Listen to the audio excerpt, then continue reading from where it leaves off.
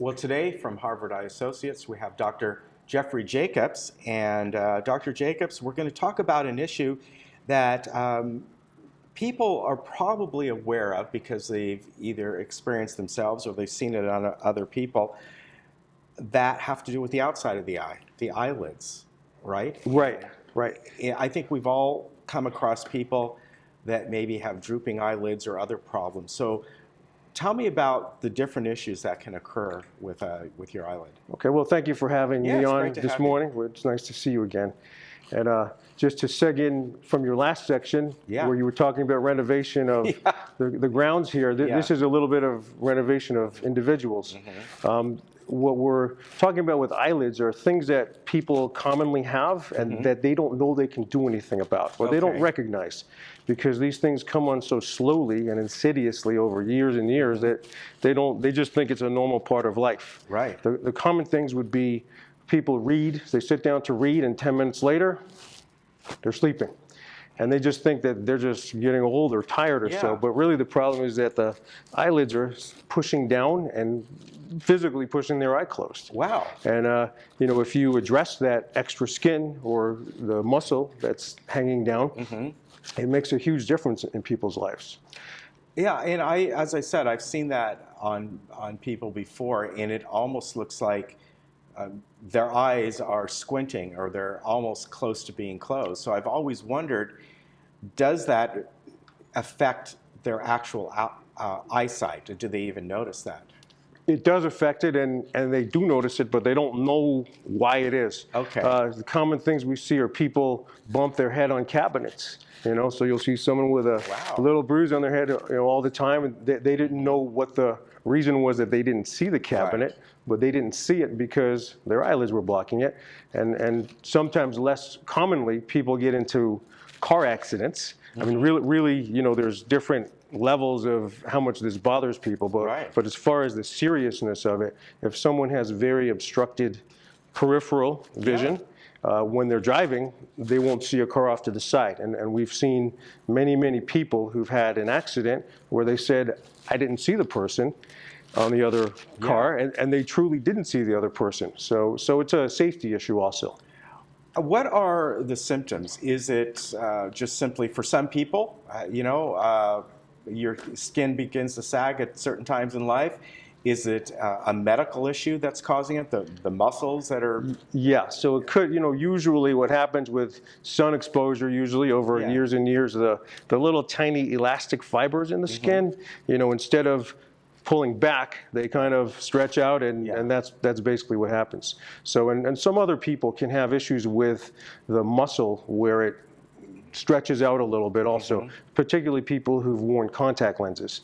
Because the contact lens sitting on the front of the eye, every time the lid blinks, it goes over the contact lens, and hundreds of thousands of times over years, and it attenuates, it thins out the muscle. So we tighten it up, and it raises the lid and really makes a big difference with people's lives. So what kind of surgery is required? The surgery is usually outpatient, which means you go home. It typically takes around an hour, and it's done under twilight anesthesia. So it is not general anesthesia. People are not put out for it. There's no breathing tube.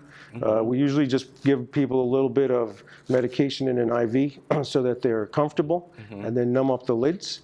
And then the surgery is an hour, and when we're done, we do both eyes at the same time, but when we're finished, there's no patches. So as soon as you're done, you can open your eyes and see. So is this, I hesitate to use the word cosmetic surgery because a lot of times people think, oh, that's just to improve my looks. And I understand that may be part of it, but there's a real need here that this may be done, a real medical need. Yes, right? That's a good question, and people are always concerned about that. Basically, if we can show that your eyelids are blocking your vision and they're interfering with your peripheral vision, it's usually the above and to the side vision. And there's a very easy measurement test that we do that takes 10 minutes or so. But you just press a button. It's not complicated. Okay. But it basically demonstrates that because your lids are heavy, it's actually blocking your vision, and we can actually measure how many degrees of your vision is blocked by the heavy eyelids. So therefore, then it becomes more of a medical issue that might be covered by your insurance. Correct. Would it have to be specific eye insurance or just your general Medicare? Or It's actually usually the general insurance that covers that's it. good. Yeah. Now, what about recovery time? You just told me that there are no patches involved, but is there any kind of ointment or anything that needs to be put on or something? Yeah, another good question. Thank you. So the usual recovery is there's no patches, like you said. So people have to wash their face normally 3 times a day with soap and water right over the stitches to keep everything nice and clean. And then we have them put a little thin coat of ointment over the sutures. So that they keep everything clean and it heals nicely. And then the sutures, they get taken out a week later. And it's not a big deal. It doesn't hurt to take them out. But in general, from the surgery, I tell people they'll be swollen and black and blue for a couple of weeks after. So basically 2 weeks after you do it, people looking at you should not know you did anything. But for the whole thing, it takes around 3 months for people to not feel the tightness in the incision line. During that recovery time, the time that the sutures are in, does one have to wear any kind of protective glasses, especially maybe when they sleep? Do they have to have something over there so they don't rub their face on the pillow or something? People ask about that all the time. You know, the wounds are sutured very carefully and tightly, and it would be very difficult to open it up. So it's not like they're kind of sticking out or anything. No need to sleep with any glasses or, I have people sleep with their head a little elevated just for the swelling, but as far as protecting the incisions, just the ointment is plenty fine. And usually after 2 weeks, any kind of black and blue marks kind of go down. It's gone, correct. Correct. Now, as far as somebody coming in for this, is it just come into your Harvard Eye over at your standard eye center, and then from there they can look and see, this might be something you should consider? So usually what somebody would do is they would contact Harvard Eye Associates, and we have 2 offices in Laguna Hills and in San Clemente, and we're opening up another one up in Orange. But they would come in and talk to me and answer any questions that they may have, and we go over the specifics because everybody's a little different. And then if we do the surgery is usually done. We have a separate surgery center that is next to the Automobile Club off of Alicia and the 5 freeway. One more question that I forgot to ask. When it comes to the surgery, are you tightening up muscles? Are you removing fat, taking away skin, or it just depends? Everybody's a little different. And everybody asks me, is this a routine surgery? And do you do the same thing at everybody? And the answer is no, you do.